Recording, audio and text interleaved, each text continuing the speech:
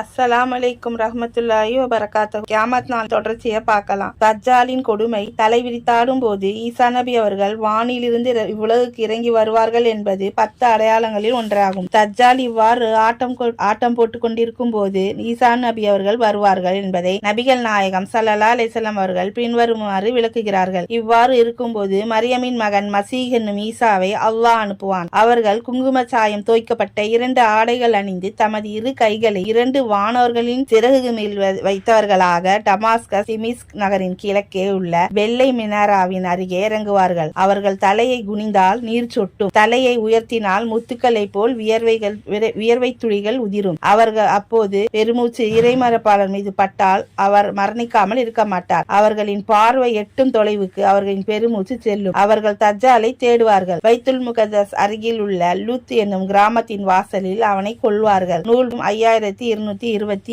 மரியமுடைய மகன் நீதியான தீர்ப்பளிப்பவராக இறங்கும் வரை யுக முடிவு நாள் ஏற்படாது. அவர் சிலுவையை முறிப்பார், பன்றியை கொல்வார், ஜிஸ்யா வரியை நீக்குவார், வாங்குவதற்கு யாரும் இல்லாத அளவுக்கு செல்வம் கொளிக்கும் என்று நபிகள் நாயகம் ஸல்லல்லாஹு அலைஹி வஸல்லம் அவர்கள் கூறினார்கள். நூல் புகாரி 2476, 3448, 3449. ஈசா நபி இறங்கும் போது ஒட்டகங்கள் சவாரி செய்யப்படாமல் விடப்படும். பொறாமையும் கள்ளமும் கபடமும் இல்லாது ஒளியும் எனவும் நபிகள் நாயகம் ஸல்லல்லாஹு அலைஹி வஸல்லம் அவர்கள் கூறினார்கள். நூல் முஸ்லிம் 221. ஈசா நபி அவர்கள் இறுதி காலத்தில் வரும்போது இறை தூதராக வரமாட்டார்கள். புதிய மார்க்கம் எதையும் கொண்டு வரமாட்டார்கள். இன்ஷா அல்லாஹ் இதனோட தொடர்ச்சியா அடுத்த தொடர்ல பார்க்கலாம். ஜஸாக்கல்லாஹ் ஹைர்.